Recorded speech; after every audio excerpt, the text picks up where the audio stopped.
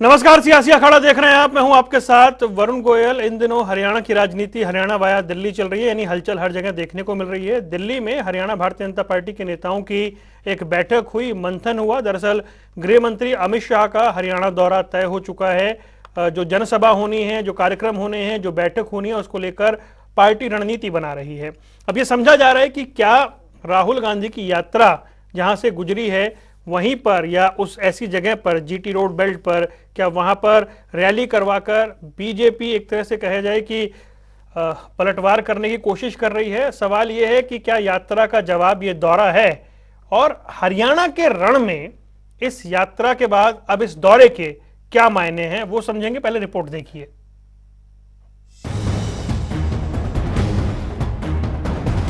2024 के चक्र को तोड़ने की तैयारी शुरू हो चुकी है।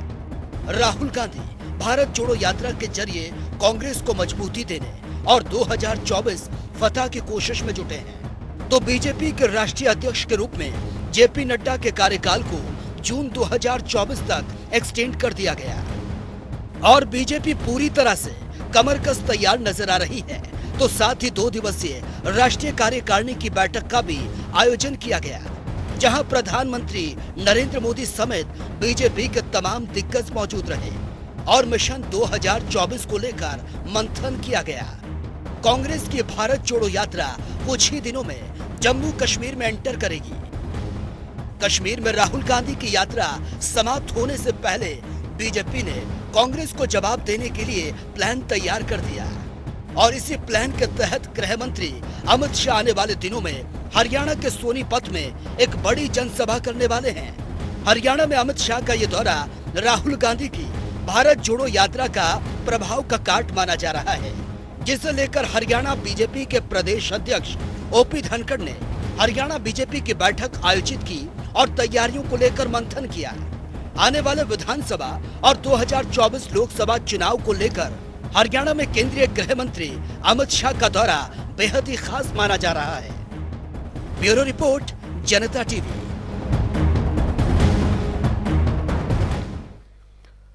और चर्चा करेंगे, कई खास मेहमान हमारे साथ जुड़ गए। हमारे साथ भूपेंद्र सिंह गहलावत ने भारतीय जनता पार्टी का पक्ष रखने के लिए, वेद प्रकाश विद्रोही जुड़े हैं कांग्रेस से। इसके अलावा राजेंद्र सोरकी हैं आम आदमी पार्टी के प्रवक्ता, और रजत पंजेटा इंडियन नेशनल लोकदल से। आप सभी का स्वागत है। गहलावत साहब, सबसे पहले मैं आपसे जानना चाह रहा हूं कि एक कार्यक्रम बन रहा है, एक रूपरेखा दिल्ली में तैयार होती हुई दिखाई दी है। क्या ये यात्रा का जवाब है, क्या ये यात्रा की काट है, या फिर ये जो दौरा है इसे इस लिहाज से देखा जाए कि एक यात्रा निकली है, उसका असर हुआ है, उसे कम करना चाह रहे हैं आप? जवाब की बात तो तब आए जब कोई आंसर हो। यात्रा तो राहुल चला गया और यात्रा भी चली गई, इसका हमारे हरियाणा में कोई प्रभाव नहीं है। इन्होंने कोशिश की थी कांग्रेस को जो लुप्त हो गई थी, गुम हो गई थी, उसको ढूंढने की और यहाँ पर उस संगठन को जोड़ने की। वो चले गए तो कांग्रेस भी दोबारा से गुम हो गई। और मैं ये कहना चाहता हूँ, हमारा तो जो निरंतर कार्यक्रम पूरा चुनाव होने के अगले दिन से ही पूरा चुनाव की तैयारियां जो हैं वो होती रहती हैं। कभी किसी चीज का चुनाव आता है, कभी किसी चीज का चुनाव आता है। और माननीय मोदी जी ने जो ऐसे काम किए जिनकी वजह से सारा जो देश है वो भारतीय जनता पार्टी की तरफ आकर्षित हो रहा है। चाहे 370 को हटाने की बात हो, चाहे राम मंदिर के निर्माण की बात हो, या वैक्सीनेशन फ्री में दिवस की बात हो, या G20 की अध्यक्षता की बात हो, सारा देश उनका लोहा मान रहा है और सारी दुनिया। मैं तो ये कहता हूं कि पिछले चुनाव में हम लोकसभा की 10 सीटें जीते थे। अब 10 से ज्यादा तो हरियाणा में है नहीं तो हम ज्यादा भी जीतते। 2 सीटों पर मैं ये समझ रहा हूं, 1-2 सीटों पर कांग्रेस की जमानत बच गई थी। अब के हमारा लक्ष्य है कि उन सीटों पर भी कांग्रेस की जमानत जब्त होगी, क्योंकि जो कल्याणकारी योजनाएं हरियाणा में माननीय मनोहर लाल जी लेकर आए हैं वो कितनी भी आप देख सकते हो। चाहे पीपी कार्ड के वृद्धावस्था पेंशन की बात हो, चाहे आयुष्मान योजना की बात हो, चाहे चिराग योजना की बात हो, और मैं बहुत सारी कितनी आपको गिनाऊं, सारी ऐसी कल्याणकारी योजनाएं हमारी पार्टी का हर एक वर्कर और हर एक नेता शुरू से लगा रहता है कि जो आखिरी लाइन में गरीब से गरीब व्यक्ति बैठा है उस तक भी सरकार के लाभ पहुंचे और उसकी किसी तरह से तरक्की हो, इसमें हमारी सारी पार्टी लगी रहती है। इसलिए ये तो कोई कहने की बात ही नहीं कि उसका हम जवाब दे रहे हैं, वो तो उनके तो कोई है ही नहीं। मैं तो ये कहता हूं, जब से नेशन का नेतृत्व कांग्रेस का राहुल गांधी के हाथ में आया और हरियाणा में भूपेंद्र सिंह हुड्डा के हाथ में आया, तभी से कांग्रेस का सूखा जा रहा है। जी बाकी बात के लिए मैं दोबारा आता हूँ राउंड 2 में, बाकी मेहमानों को जोड़ लेते हैं। वेद प्रकाश विद्रोही जी मुस्कुरा रहे हैं आपकी बात पर।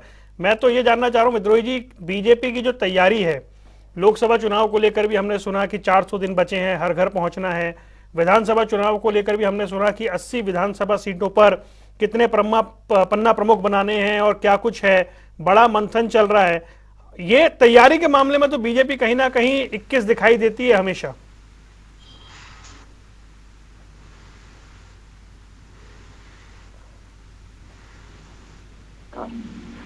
आपने पूछा, मैं मुस्कुरा रहा हूं। मुस्कुराने के कारण है जी, भारतीय जनता पार्टी के लोग कितने सत्ता अहंकारी और वाचाल हैं कि ऐसी ऐसी बातें बोल रहे हैं जो सुनकर भी आश्चर्य होता है। कह रहे हैं हरियाणा में कांग्रेस विलुप्त हो गई, है ही नहीं, ढूंढने आए थे। अरे भैया, इतना सत्ता अहंकार, 40 सीट आप जीते, 31 सीट हम जीते। हम 31 सीट वाले विलुप्त हो गए और 40 सीट वाले इतने महान हो गए कि भाई वो तो महाबली है, उनको कोई सानी नहीं। ये ऐसी भाषा सत्ता अहंकार के जुमलेबाज वाचाल लोग ही बोल सकते हैं।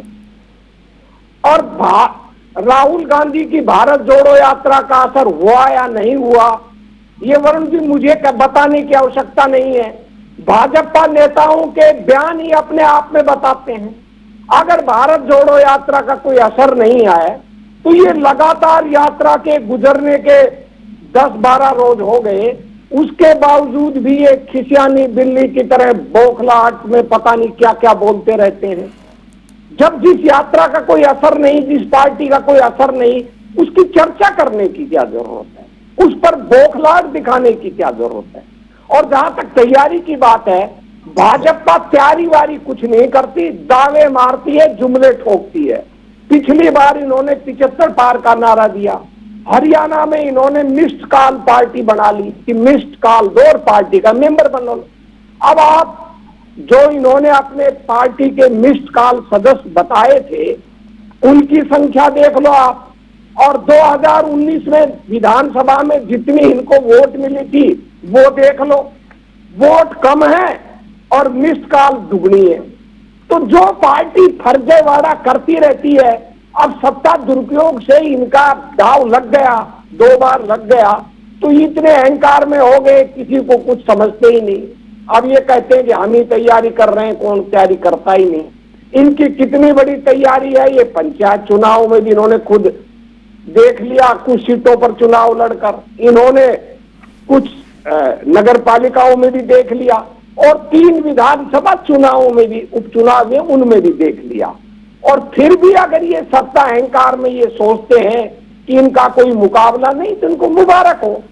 ये कुछ भी कहें, इनकी अपनी मर्जी है। हर पार्टी का अपना एक लोकतांत्रिक अधिकार होता है, वो सभाएं करें, हमारी काट में कुछ करें। हम इनकी तरह वाचाल नहीं है और इनकी तरह अलोकतांत्रिक भाषा में विश्वास नहीं करते। ठीक है, और ये तो खुद, मैं लास्ट बात कह रहा हूं, ये तो खुद ही कई दिनों से लिखवा रहे हैं अखबारों के अंदर प्रायोजित खबरें कि वे राहुल गांधी की काट के लिए जीटी रोड पर हम सभा करेंगे। हमें कहने की क्या जरूरत है, यही चीख चीख कर कह रहे हैं, इन्हीं के नेता चीख चीख कर कह रहे हैं। ठीक है, रजत पंजेटा के पास चलते हैं। रजत, मैं आपसे जानना चाह रहा हूं कि कांग्रेस का एक कार्यक्रम हुआ, हरियाणा में चर्चा रही, पार्टी के नेताओं को एक तरह से कह लीजिए कि संजीवनी मिली या ऑक्सीजन मिला।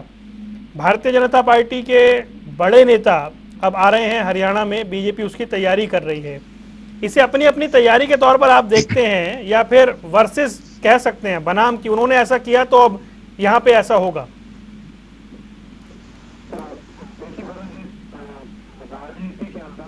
के अंदर जितनी भी उन्हें पूरा अधिकार है कि वो अपने अपने तरीके से जो भी उनका पार्टी का एजेंडा है, जैसे जो पार्टी ने काम किया है और क्या उनकी मेरिट्स रही हैं, क्या डीमेरिट्स रही हैं, कहाँ तक वो लोगों को संतुष्ट कर पाए हैं, किसकी राज में कहाँ तक जो जन साधारण है उन तक किस रूप से क्या सरकारी पैसा जो है वो पहुंच पाया और किसको क्या सुविधाएं मिली, किन चीजों के दाम बढ़े, क्या सरकारी फीसों के दाम बढ़े, कहां तक लोग संतुष्ट हैं, ये तो जनता ही डिसाइड करती है। कोई कितनी मर्जी तैयारी करता रहे, कोई कुछ भी करता रहे, लेकिन जनता के मुद्दे उठाने, जन साधारण के बीच में रहना और जन साधारण तक क्या लाभ उस सरकार से उनको पहुंच रहा है, वो मायने रखेगा एंड पे। आखिरी में जाके आपका ये कुछ भी मैटर नहीं करता, क्योंकि जनता का बहुत चीजों में तेल निकल गया, बुरे हालत हो गई है जनता की। इससे ये बात किसी से नहीं छुपी है कि महंगाई ने कमर तोड़ के रखती है। हम कई बारी बात करते हैं तो विपक्ष की तरफ से कई बारी जवाब आ जाता है कि महंगाई कब नहीं हुई।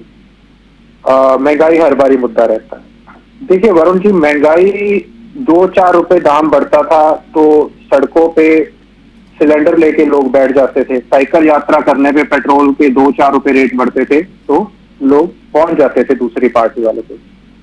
वरुण जी, आज दुगने तिगने दाम। आप ये लगाइए कि जो 50 रुपए का था वो 100 रुपए का हो गया पेट्रोल, 45 का जो डीजल था वो आज 90 के पार हो गया, गैस का सिलेंडर 400 कुछ का था, मैं इसमें एक चीज आपसे 284 का था। मैं बीच में बोलना नहीं चाह रहा था। ये जो महंगाई का मुद्दा है, देखिए ये तो 2022 में भी था। 5 राज्यों में चुनाव हुए, बीजेपी 4 में जीत गई, कांग्रेस 5 में हार गई। अभी चुनाव हुए, बीजेपी गुजरात में बड़ी जीत ले गई, केवल गुजरात में। हाँ, मैं ये जानना चाह रहा हूँ कि इसका इम्पैक्ट उस लेवल पर आ क्यों नहीं पाता। और मेरा मूल सवाल वही है, जो बात तैयारी की होती है, उस तैयारी के मामले में क्या बीजेपी आगे रहती है मूलतः कांग्रेस से? वरुण जी, बीजेपी के पास पैसा पता है आपको कितना है? सबसे ज्यादा पैसा आज की डेट के अंदर बीजेपी के पास। उसके बाद आज जो फिगर्स आई है अखबार में, उसके बाद टीएमसी है और तीसरे नंबर के ऊपर जो आज जो फिगर आई है उसमें कांग्रेस है। तो ओवरऑल पूरे देश में देखें सर, तीसरे नंबर पर भी नहीं है सर, हमें तो मिला ही नहीं। हमसे ज्यादा तो टीआरएस को, आप पार्टी को, समाजवादी पार्टी को मिला है सर। तो आप देखिए वरुण जी, जिसके पास पैसा ज्यादा होगा निश्चित तौर पे खर्चने को, वो तो पार्टी रहेगी ना। पैसे के मामले में तो कोई दो राय नहीं है कि ये धनवान पार्टी है, इसमें कोई दो राय नहीं है। इलेक्टोरल बॉन्ड्स के ऊपर भी चर्चा अगर हम करने लग जाए तो उस लिहाज से भी मुझे लगता है पूरे विश्व की सबसे जो अमीर पार्टी है, जो सबसे धनवान है, जो धन्ना सेठ पार्टी है, वो भाजपा, उसमें कोई दो राय नहीं। ठीक, तो उसमें तो तैयारी इनकी हमेशा से ही रहती है। लेकिन आपने जो एक बड़ा गंभीर सवाल किया जिससे मैं चर्चा भी कर रहा था, आपने केवल एक महंगाई को बताया कि वो मुद्दा रहता है। वरुण जी, पहले महंगाई होती थी, 4 रुपए दाम बढ़ गए, प्याज के दाम 80 रुपए 60 रुपए हो गए, 2-2.5 रुपए बढ़ते थे तब भरने लग जाते थे। आज तो ये तो देखिए ना, 60-60 रुपए कभी बढ़े हैं क्या? इस तेल के दाम बताओ 60 रुपए बढ़ गए। देखिए 10-6 रुपए बढ़ने में धमाल हो जाता था है। किसी टाइम पे वाजपेयी जी के टाइम पे कुछ पैसे बढ़े थे और पार्लियामेंट के ऊपर घेराव का बात हो गई थी। तो ऐसे भी वक्त देखे हमने, लेकिन ये तो दौर किसी ने नहीं देखा कि ऐसी महंगाई बढ़ी है। बोल देना आसान है कि महंगाई हर बार मुद्दा होता है, नो डाउट, मैं एग्री करता हूं इस बात से कि महंगाई मुद्दा होता है, लेकिन ऐसी महंगाई, ऐसी बेरोजगारी, और देखिए ऐसे मीठे मीठे शब्द, अग्निवीर योजना लाएंगे कमर तोड़ने वाली, मंजी ठोकने वाली जनता की, और शब्द होंगे शुगर कोटेड, बिल्कुल रसगुल्ले की चाशनी में से निकाल के ढूंढ के, कौशल रोजगार, अग्निवीर। देखिए आप ये बताइए मेरे को कि ऐसी, ओपीएस के ऊपर बात हो रही थी, न्यू पेंशन स्कीम को बताया गया बहुत अच्छा है, एंड में वो मार्केट रिस्क के ऊपर छोड़ दी, शेयर मार्केट के ऊपर, ठीक है। महंगाई के ऊपर ये बोल दिया चलो जी हर बारी, नहीं, ऐसे नहीं होता है। अभी सुना दूध दही का खाना देशों में देश रहना, और उसी दूध दही पे जीएसटी लगा दिया हो। कहता है किसान को नहीं देंगे क्योंकि इन्फ्लेशन बढ़ जाएगी, मगर उसी किसान के आटे पे जीएसटी लगाने पे इन्फ्लेशन नहीं बढ़ती। बड़ी देर से इंतजार कर रहे हैं, मैं लौटता हूँ आपके पास। राजेंद्र जी, मैं मूल प्रश्न पे आ रहा हूँ जो आज चर्चा की बात थी कि राहुल गांधी की यात्रा निकली, अब गृह मंत्री अमित शाह का दौरा होने जा रहा है, बीजेपी दिल्ली में बैठकें कर रही है, पन्ना प्रमुख से लेकर के सारी बातें हो रही है, इंडियन नेशनल लोकदल पदयात्रा की तैयारी कर रही है। इन सब तैयारियों के बीच में आप भी कुछ कर रहे हैं क्या? अजी वरुण भाई, देखिए आम आदमी पार्टी पूरी तरह चुनावी मोड में आ चुकी है और ये जो है ना, आम आदमी पार्टी 2024 के लोकसभा से लेके विधानसभा के चुनाव में आज पूरी तरह भारतीय जनता पार्टी का विकल्प बन चुकी है। और मैं आपको ये बताना चाहूंगा, सिर्फ तर्क के आधार पे, वैसे खोखली बातें नहीं, सिर्फ तर्क के आधार पे।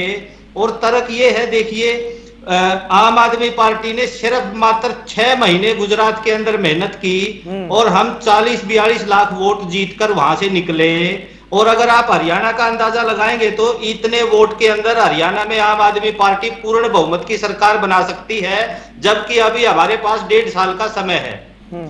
और जहां तक बात है बीजेपी की तैयारियों की, आप इसी बात से अंदाजा लगा लीजिए कि भारतीय जनता पार्टी 2019 के लोकसभा चुनाव में प्रचंड बहुमत से 10 की 10 सीटों पे जीत दर्ज की थी।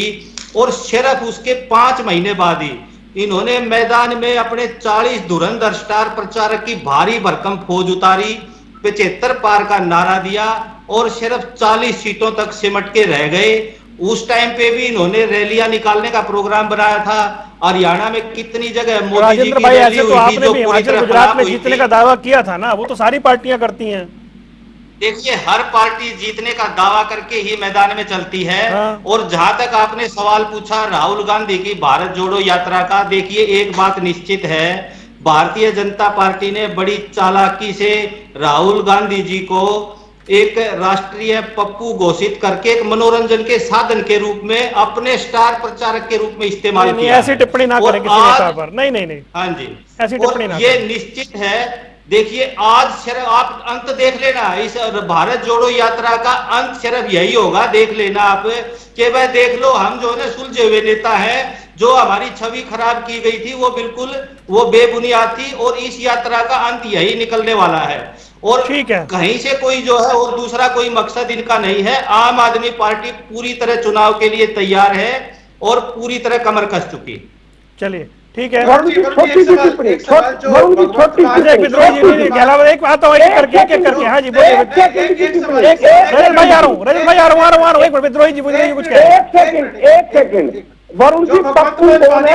कल हरियाणा दिल्ली विधानसभा में देख लिया कि पप्पू कौन है, बुद्धिमान कौन है, और इनके नेता की भाषा आपने देख ली। कल ही देखी, जो राज्यपाल उपराज्यपाल राज्यपाल से मतभेद तो हो सकते हैं, पर कह रहे उपराज्यपाल कौन है, फलाना कौन है, इस तरह की भाषा बोलने वाले दूसरों को पप्पू कहे, वो स्वयं पप्पू है जो संविधान को नहीं जानते। ठीक है।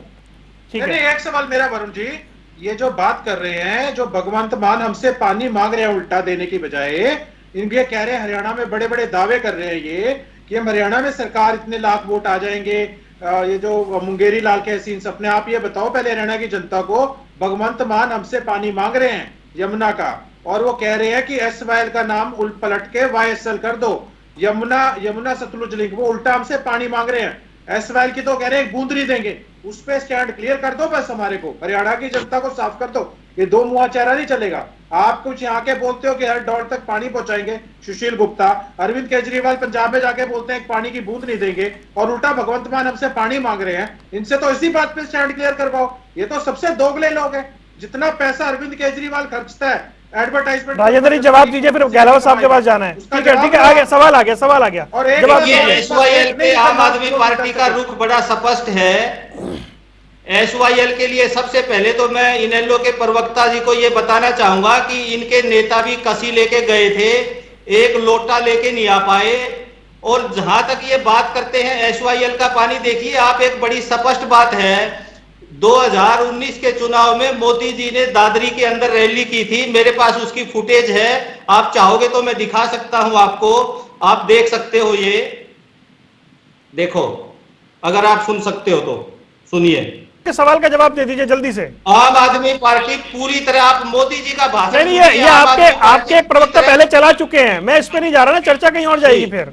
एसवाईएल पे चर्चा थोड़ी कर रहे हैं। दूसरी बात ये है, देखिए आप एक बात आम बताओ, आदमी पार्टी के हिस्से अच्छा रुकिए भाई, गहलावत साहब बहुत देर से इंतजार कर रहे हैं, रुक जाइए भाई। एसवाईएल हरियाणा के हिस्से की जो खुदी है वो हमारे प्रयासों से खुदी है। रजत और भाई, हरियाणा की सारी जेल हमने भरी, जेल भरा एसवाईएल पे 2-3 बार चर्चा हुई है। तो पंजाब में जाएंगे, हरियाणा में थोड़ी ना जी, खोदेंगे, ठीक है। खुद चुकी है, वहां हमें अरेस्ट कर लिया गया बॉर्डर के ऊपर। हम तो खोदने ही गए थे,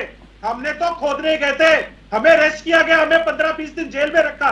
आपको पता है एक हफ्ते तक आपको जानकारी नहीं है कि अगर हरियाणा में कभी फैसला आया तो 2002 में माननीय सुप्रीम कोर्ट ने जो फैसला दिया वो इंडियन नेशनल लोकदल की सरकार, ठीक है भूपेंद्र सिंह गहलावत जी, देखिए आज रुकिए, चर्चा कहीं और जा रही है। 85 में चौधरी देवीलाल ने इस्तीफा दिया था न्याय युद्ध के लिए। भाई राजेंद्र जी, रजत जी, दोनों रुक जाइए प्लीज, दोनों रुक जाइए। ट्रिब्यूनल कब से एसवाईएल पे चर्चा ना ले जाए सर। आप क्या बात करोगे, इंडियन नेशनल लोकदल का मुकाबला ठीक है, करोगे रुक SYL के जाइए। ऊपर? हम तो कब से त्याग देते हैं इंडियन नेशनल जी, लोकदल। गहलावत साहब, हरियाणा में खुदी ठीक है, रजत भाई, सबसे ज्यादा हमारी राज्य में खुदी है। ठीक है रजत भाई, ठीक है, बात आ गई। गहलावत साहब मुझे एक बात बताएं भाई, इन यात्राओं के बीच में आपकी तैयारी को लेकर के सवाल क्या है?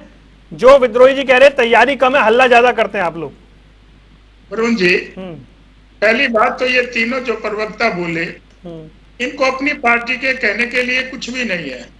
ये सारी हमारी पार्टी की बातें ही करते हैं कि हमने ये कहा, वो किया, फलाना किया, अपना कहने के लिए कुछ भी नहीं है। और दो प्रवक्ताओं का तो मैं ज्यादा समय देना नहीं चाहता, क्योंकि एक आदमी के तो दो ही आदमी है, एक जमानत पर है, दूसरे जाने की तैयारी में है।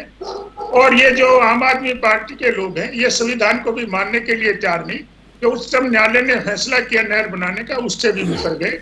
और इनका भी इसलिए मैं ये कहता हूँ कि ऐसे संवैधानिक आदमी नहीं है। मैं उनकी बात पे आता हूँ, जो हमारे विद्रोही जी, उन्होंने कहा कि ये डींगे मारते हैं, अहंकार है। ये आपने अपना नहीं बताया कि इनका ना तो राष्ट्रीय स्तर पर संगठन है और ना इनका हरियाणा में संगठन है। राष्ट्रीय स्तर पर भी दो आदमी थे, एक प्लस में इन्होंने और प्रधान का आदमी जोड़ दिया। ना इनका वहां संगठन बन पाया, ना हरियाणा में 4 कार्यकारी अध्यक्ष, हरियाणा में तो बनने वाला है कि मैं ये कहते हुए तो इनको 2-3 साल हो गए। और इन्होंने जब ये प्रधान बना था उद्यमान, तब भी 2 महीने की बात की थी, और मैंने ये कहा था 2 महीने आपके लिए अशुभ है, इसको आंकड़े को थोड़ा सा चेंज कर लीजिए। 2 ही आदमी हरियाणा में है, उदयभान तो यात्रा में दिख रहा था, आप पीछे कर दिया। तो मैं ये कह रहा हूँ, और हमारा जो संगठन है पन्ना प्रमुख से लेके राष्ट्रीय स्तर तक बहुत मजबूत संगठन है। और अभी मैं 4 महीने के अंदर जो हमारा पन्ना प्रमुख है, उसके नीचे भी 5 आदमियों की समिति गठित करने का हम काम करेंगे। ठीक है, ये अपनी पार्टी के बारे में तो इनको पता नहीं कब इनका संगठन बनेगा, नहीं बनेगा। उदयभान को ये खींच के फेंकेंगे, रखेंगे, किरण चौधरी की औकात पूछेंगे, किरण चौधरी झापड़ मारने की बात करेगी। इनको अपनी पार्टी के बारे में नहीं पता, ये भारतीय जनता पार्टी के बारे में बात करते हैं। भारतीय जनता पार्टी आज पूरे देश के अंदर सिर्फ एक ही पार्टी बची है। मैं तो ये कहता हूँ 2 बार हो गए कांग्रेस को, इनका लोकसभा में विपक्ष का नेता भी नहीं बन पाया। अरब बार तो इनकी स्थिति ये है कि ये 2.5 का आंकड़ा भी पार नहीं कर पाए। मैं गहलावत साहब से पूछ लेता हूँ, गहलावत साहब मैं एक बार पूछ लेता हूँ, विद्रोही जी भाई, प्रदेश अध्यक्ष का चुनाव हो गया, राष्ट्रीय अध्यक्ष का चुनाव हो गया, आदमपुर का उपचुनाव हो गया, निकाय का चुनाव हो गया, पंचायत का चुनाव हो गया। अब ये मत बोलना कि त्रिपुरा में चुनाव है उसके बाद हरियाणा में संगठन बनेगा। वरुण जी, संगठन कब बनेगा मुझे मालूम नहीं, और ना मैं इस पर कोई टिप्पणी करने की स्थिति में हूं। मैं बड़ी स्पष्ट बात कहता हूं। जहां तक गहलावत जी कह रहे थे कि मैं इनकी पार्टी की बात कहता हूं, अपनी की नहीं कहता, आपने मेरा पूरा वक्तव्य देखा होगा प्रारंभिक। ना मैं विषय से भटका और ना मैंने कोई ऐसा सवाल किया जो मुझे नहीं करना चाहिए था। मैंने अपनी बात की और इनके सवालों का जवाब दिया था। अब ये कह रहे हैं कि हमारा संगठन नहीं है, इनका संगठन बहुत मजबूत है। वरुण जी, मुझे बताने की जरूरत नहीं इनका संगठन कितना मजबूत है, आपको अच्छी तरह पता होगा, आपके पास वीडियो होगा, और नहीं होगा तो मैं अब दोबारा भी दिखा सकता हूं आपको। नड्डा जी अध्यक्ष बने, दिल्ली के अंदर बैठक हुई, प्रधानमंत्री जी और अमित शाह जी आते हैं, नड्डा जी बिफर कर मोदी जी के साथ चलते हैं कि मैं तो अध्यक्ष हूं। और आपने देखा कैमरे लगे हुए थे, अमित शाह जी ने हाथ पकड़कर पीछे फेंक दिया। आप हमें कुछ भी कहें, आपका अधिकार है, मैं कुछ नहीं कह रहा, पर आपकी पार्टी भी दो गुजरातियों की पार्टी है केवल। आज कहने को बना रखे हैं आपने पदाधिकारी बना रखे हैं। ऐसे पदाधिकारी कांग्रेस में भी सदैव रहे हैं मेरे भाई। हरियाणा में नहीं रहे, मैं मानता हूं। विद्रोही जी, वैसे तो आप साफ गोई से बात करते हैं। कल ही मुझे किसी ने बताया कि पार्टी के नए राष्ट्रीय अध्यक्ष जो हैं वो कांग्रेस ऑफिस में बैठे हुए हैं 24 अकबर रोड, और एक भी प्रभारी, एक भी महासचिव वहां पर नहीं है। यानी अध्यक्ष जी को लोग गंभीरता से ले नहीं रहे हैं। नहीं, ऐसा नहीं है सर, ऐसा है नहीं, मेरे को जानकारी मिली कल। नहीं सर, वो आपकी गलत जानकारी है। अच्छा, अध्यक्ष का पार्टी ऑफिस के अंदर तो बीजेपी का बैठता है, कोई नहीं होता। जिस दिन अध्यक्ष मीटिंग बुलाते हैं उसी दिन आते हैं सभी प्रभारी वगैरह, सब अपने कामों में लगे रहते हैं। आप मुझे बीजेपी का रूटीन बता दीजिए कि जानकारी कल मिली, मैंने आपसे साझा की, आपने कहा गलत है तो ठीक है। आपका सवाल भी गलत है और आपकी जानकारी भी गलत है। ठीक है भाई, मेरे पास जानकारी मिली, मैंने तो आपसे पूछ लिया। नहीं, आपकी बात, और मैंने बकायदा कह के पूछा। मैं आपकी बात का जवाब वही दे रहा हूँ ना जी। अध्यक्ष जी पार्टी के काम में दस्तक करने जाएंगे।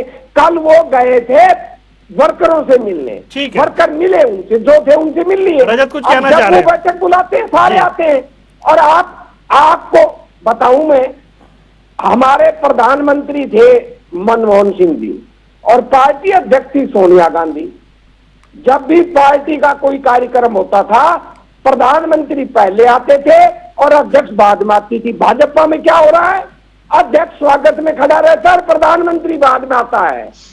और अभी हमारा वो 28 तारीख को आप झंडारोहण देखा होगा, सोनिया जी, राहुल जी, सुन लीजिए सर पूरी बात सुन लीजिए। सोनिया जी, राहुल जी मल्लिकार्जुन खड़गे जी के कांग्रेस मुख्यालय में आने से पहले 5 मिनट पहले पहुंच गए थे।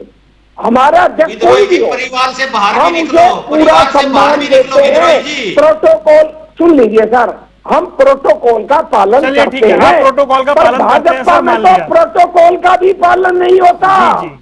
हम आप कह दो हम दिखावे के लिए कर रहे हैं। ठीक है सर, आप प्रोटोकॉल का पालन होता है, मान लिया। है इतना दो गुजरातियों का वर्चस्व है कि तो गुजरात के नाम से दिक्कत थोड़ी होनी चाहिए। गुजरात भी हिंदुस्तान में ही है ना जी। नहीं, गुजरातियों का नहीं, गुजराती बोल के मुझे मतलब लगता नहीं, ये ठीक नहीं है ना सर। नहीं, वो आपको, मैं कोई आप शब्द तो नहीं बोल रहा। अरे तो गुजरात भी तो हिंदुस्तान का हिस्सा है। रजत कुछ कहना चाह रहे हैं? ठीक है सर, अरे इसे आप मुझसे काहे 1 to 1 बना रहे हैं रजत जी? मैंने कब कहा वो पाकिस्तान में? ठीक है रजत जी बोलिए, राजनीतिक वर्चस्व की बात कर रहा हूँ। हाँ जी, रजत कुछ कहना चाह रहे हैं, बोलिए। देखिए वरुण जी, हालांकि मेरा आज कांग्रेस को कोई जवाब देने का बनता नहीं, लेकिन इन्होंने बात ही कुछ ऐसी कर दी कि मैं अपने आप को रोक भी नहीं पा रहा कि जेपी नड्डा जी कैसे खड़े रह जाते हैं। आपने मनमोहन सिंह जी के वो दृश्य नहीं देखे थे कि कैसे जब तो मैं, चलो छोड़िए, मैं टिप्पणी उस पर करना नहीं चाह रहा था। तो मुद्दे पे आते हैं। तो पहले शुरुआत में भाजपा ने वैक्सीनेशन के बारे में कहा, तो वैक्सीनेशन कोई फ्री नहीं है, जनता के पैसे, गाड़ी खून पसीने के पैसे से खरीदी हुई वैक्सीन है।